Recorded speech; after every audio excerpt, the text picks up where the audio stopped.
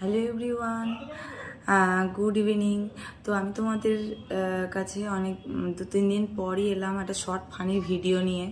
সেটা হচ্ছে আমার 3 দিন ধরে প্রচণ্ড শরীর খারাপ। তো এত শরীর খারাপ যে আমি ভিডিও কিচ্ছু দিতে পারিনি। তো তার জন্য আমার প্রচণ্ড পেটে ব্যথা।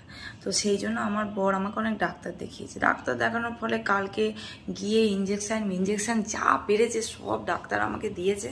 দেওয়ার ফলে আমি একটুখানি মোটামুটি আছি। তারপরে আজকে সকাল থেকে একটুখানি মোটামুটি আছি।